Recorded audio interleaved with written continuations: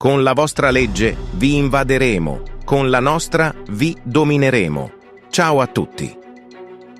Oggi affrontiamo un tema che pochi osano toccare: il rapporto tra Vladimir Putin e il mondo islamico. Spesso viene descritto come un difensore della civiltà europea, ma la realtà è ben diversa. Dietro la sua immagine di leader forte e patriottico si nasconde una rete di alleanze strategiche con regimi islamici e una politica che ha favorito l'immigrazione musulmana in Europa. Negli ultimi anni, la Russia ha stretto rapporti con paesi come l'Iran, la Turchia e diversi stati del Medio Oriente, fornendo supporto militare ed economico. Ma c'è di più. Putin ha sfruttato l'immigrazione come un'arma geopolitica, spingendo migliaia di persone verso i confini europei per destabilizzare l'Occidente. Un caso emblematico è quello dei flussi migratori attraverso la Bielorussia, alleata di Mosca. Migliaia di migranti provenienti da paesi islamici sono stati spinti verso la Polonia, la Lituania e altri stati europei. Coincidenza? No. È parte di una strategia per indebolire l'Europa, creando tensioni sociali e politiche. Ma la storia più scioccante riguarda un'operazione segreta con cui Putin avrebbe tentato di far entrare clandestinamente migliaia di musulmani in Europa. Chi ha avuto il coraggio di fermarlo? Quali sono le prove di questo piano? Restate con me fino alla fine per scoprirlo e fatemi sapere nei commenti cosa ne pensate. Adesso scopriamo le 5 alleanze islamiche controverse. L'alleanza con l'Iran. L'Iran è considerato uno dei più grandi alleati di Putin, un legame che va ben oltre i tradizionali confini geopolitici. Mosca e Teheran hanno instaurato una collaborazione strategica, in cui la Russia fornisce armi e supporto militare a Teheran, mentre l'Iran risponde inviando droni e mercenari, operazioni che si sono evidenziate nel contesto del conflitto in Ucraina. Tale sinergia rappresenta un chiaro esempio di come entrambi i paesi mirino a indebolire l'influenza occidentale, sfidando direttamente l'egemonia di Stati Uniti e alleati europei. Questo rapporto, apparentemente insolito, evidenzia una realtà in cui la politica internazionale si trasforma in un gioco di alleanze e contrapposizioni. Nonostante Putin venga spesso presentato come un difensore dell'Europa, il suo stretto legame con l'Iran solleva seri dubbi sulla natura delle sue intenzioni.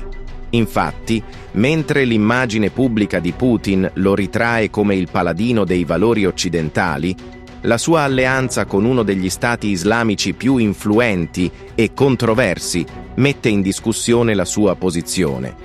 Questa doppia faccia della politica russa invita a riflettere sul reale obiettivo delle strategie messe in atto, evidenziando una volontà condivisa di ridisegnare l'assetto geopolitico mondiale a discapito dell'ordine stabilito dall'Occidente. L'alleanza con la Turchia. Erdogan e Putin giocano su più tavoli, alleati e rivali allo stesso tempo. Il rapporto tra il presidente turco e il leader russo è un intricato equilibrio tra cooperazione e competizione. Da una parte la Turchia acquista armi russe, sfidando apertamente la linea tradizionale della NATO e dimostrando una crescente indipendenza strategica. Dall'altra, Istanbul sostiene attivamente gruppi islamici che, con le loro azioni, mirano a destabilizzare l'Europa, contribuendo così a creare un clima di tensione sul vecchio continente. Questa doppiezza nei rapporti internazionali posiziona Erdogan e Putin in ruoli ambigui, dove alleanze e rivalità si intrecciano continuamente. Da una parte, il commercio di armi e le collaborazioni in ambito militare rafforzano i legami tra Turchia e Russia. Dall'altra, divergenze ideologiche e interessi geopolitici spingono entrambe le nazioni in direzioni opposte. In un contesto globale in rapido mutamento, il rapporto tra i due leader appare così fluido che, a volte, la loro amicizia o inimicizia sembra dipendere persino dal giorno della settimana. Tale incertezza alimenta il dibattito internazionale e rende imprevedibili le prossime mosse di entrambe le potenze. La Russia ha salvato Assad dalla caduta, mantenendo al potere un regime islamico che rappresenta un pilastro strategico per Mosca. Grazie al suo intervento, il governo siriano ha resistito a pressioni interne ed esterne, garantendo a Mosca una solida influenza nel Medio Oriente. Nel frattempo, la guerra ha provocato una crisi umanitaria senza precedenti. Milioni di rifugiati sono fuggiti dalla Siria, cercando asilo in Europa e contribuendo a creare tensioni politiche e sociali nel continente. Oggi la Siria si configura come un avamposto militare di Mosca, un presidio strategico che permette alla Russia di proiettare il proprio potere in una regione ricca di risorse e di instabilità.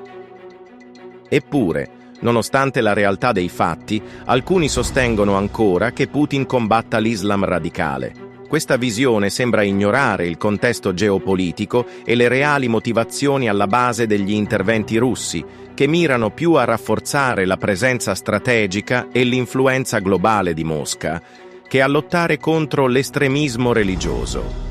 In questo scenario complesso, la dicotomia tra l'immagine di un leader paladino dei valori occidentali e le azioni concrete di politica estera rende difficile distinguere tra propaganda e realtà, lasciando spazio a continui dibattiti e controversie. Il Qatar è uno dei maggiori finanziatori dell'Islam in Europa, giocando un ruolo chiave nella diffusione di istituzioni religiose e culturali che influenzano il panorama socio-politico del continente. Parallelamente, il Qatar ha instaurato rapporti economici strategici con la Russia, soprattutto nel settore del gas, fondamentale per l'approvvigionamento energetico mondiale. Questa collaborazione ha rafforzato i legami tra le due nazioni, intrecciando interessi economici e geopolitici in maniera spesso nascosta agli occhi del grande pubblico. Tuttavia, il Qatar non si limita solo agli affari. Ha, in diverse occasioni, sostenuto gruppi estremisti che rappresentano una seria minaccia per la sicurezza occidentale. Tale doppia faccia delle politiche qatarine alimenta controversie e timori, sollevando interrogativi sulle reali finalità dei finanziamenti e dei supporti offerti. L'alleanza tra Putin e il Qatar si configura così come un patto ambiguo e complesso, dove interessi economici si fondono con scelte politiche che pochi osano raccontare apertamente. Dietro questa collaborazione si cela una rete di appoggi e scambi che, sebbene poco trasparente, evidenzia come la politica internazionale sia spesso dominata da alleanze strategiche che vanno ben oltre le mere relazioni commerciali. La Russia conta su 20 milioni di musulmani e il sostegno del ceceno Ramzan Kadyrov, una figura chiave al fianco di Putin. Kadyrov, fedele al Cremlino, impone la Sharia nella sua regione e guida uomini che combattono per Mosca in Ucraina. Ma l'uso dell'Islam da parte di Putin va oltre. Viene sfruttato come arma per destabilizzare l'Europa. Il flashback del 2021 ci porta alla crisi migratoria tra Bielorussia e Polonia. Migliaia di migranti musulmani, invitati in Bielorussia tramite voli low cost, furono strumentalizzati dal regime di Lukashenko, alleato di Putin, per innescare una massiccia ondata migratoria.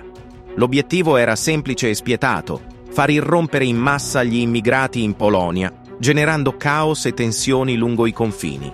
Tuttavia la Polonia ha rapidamente reagito, blindando i propri confini e impedendo il disastro annunciato. Questa strategia evidenzia come la Russia tenti di usare l'immigrazione come leva geopolitica, mentre alcuni continuano a credere che Putin difenda l'Europa. Questa alleanza strategica e controversa continua a sorprendere. Adesso tocca a voi. Abbiamo visto che Putin non è affatto un nemico dell'Islam, ma lo usa come arma quando gli fa comodo. È ancora credibile l'idea che sia un difensore della civiltà europea? Scrivete nei commenti cosa ne pensate. Putin protegge l'Europa o la sta sabotando? Lasciate un mi piace, iscrivetevi e attivate la campanella per altri video su questi temi.